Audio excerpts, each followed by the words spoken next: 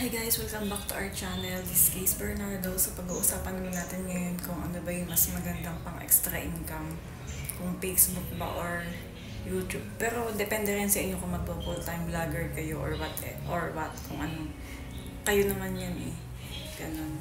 Pero sa mga nagsisimula pa lang, much better kung meron kayong may ibang pagkukunan ganun or may work kayo ganyan bago kayo mag full-time vlogger. So, based on my experience or sa experience namin ng kapatid ko, kasi kami nag-vlog, meron kasi kaming Facebook page, tsaka may YouTube channel kami.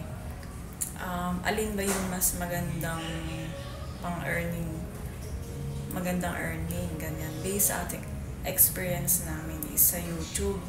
Kasi sa YouTube guys, kahit konti yung views mo, may ma-earn kang dollars. Unlike sa FB page, alam niyo ba? Malaki na yung views mo pero konti pa lang yung ma-earn mo dollars doon. Ano na lang siya ang swerte mo kapag na-invite ka sa bonus ni Meta. Doon ka makakapag-earn ng dollars. Pero sa YouTube kasi, kahit konti yung views mo, kumikita at kumikinta yun. So kaya may mas gustong mag-push sa pag-YouTube. Pero kasi sa Facebook, mabilis nga yung views mo, konti naman yung kita mo. Sa YouTube, mabagal yung views mo, pero maganda yung kita.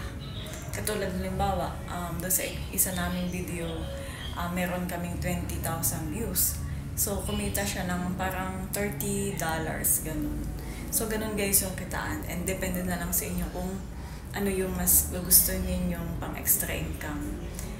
Kasi kami ay sabay YouTube tsaka FB page. So, share ko lang sa inyo yung based sa aming experience. Kasi marami na talagang nag-FB ngayon, nag-vlog, ganyan, lalong higit sa FB. Pero, konti sa YouTube. Kasi kami ay nauna sa pag-YouTube, hindi katulad sa pag-FB, pero mas una pang dumami yung followers sa Facebook. Pero sa YouTube, mabagal pero maganda yung kitaan. So yun lang, share ko lang po mga tamang tao.